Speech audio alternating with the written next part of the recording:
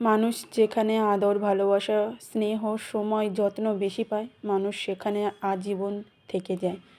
সেখানে কখনো কখনো যদি এর বিপরীত কিছু ঘটে, মানুষ নিজেকে মানিয়ে নিতে পারে একটা সময়। কিছু দীর্ঘশ্বাস জমা হয়ে থাকবে বুকে, কিছু অশ্রু থেমে থাকবে চোখের নিকটে, ঝরাবে না শিশির। চাষিকে কেউ চাষা বলে, ঘৃণা করো না, বাঁচতাম না আমরা কেউ এই চাষি যদি না থাকতো।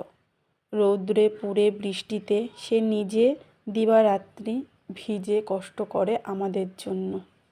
তাই তাদের যশ খ্যাতি প্রাপ্যটুকু ঠিকই দেওয়া উচিত। একটুখানি কষ্ট করো সফলতা পেতে।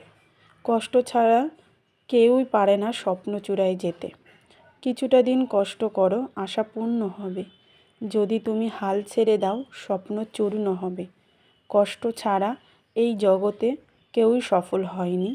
কেউ কোনো দিন পরিশ্রম না করে কোনো উঁচুতে পৌঁছাতে পারেনি। সময় তো আর শুনবে না কথা, আপন খেয়ালে বয়। ফিরবে না জেনেও অপেক্ষা মানে সময়ের অপচয়। সবাই অনেক দিন বাঁচতে চায়, কেউ বয়স্ক হতে চায় না। চোখে দেখা সব জিনিস যেমন সত্যি হয় না, তেমনি খুব কাছে আসা সব মানুষ তেমন আপনটা হয় না। জীবন থেমে থাকার জিনিস নয়, জীবন মানেই এগিয়ে যাওয়া।